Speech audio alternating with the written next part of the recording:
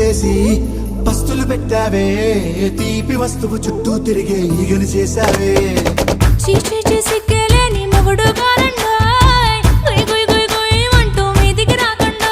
why గంపెడి పిల్లలతో ఇంటిని నింపావే సాపా దిండు సంసారాన్ని మేడెక్కించావే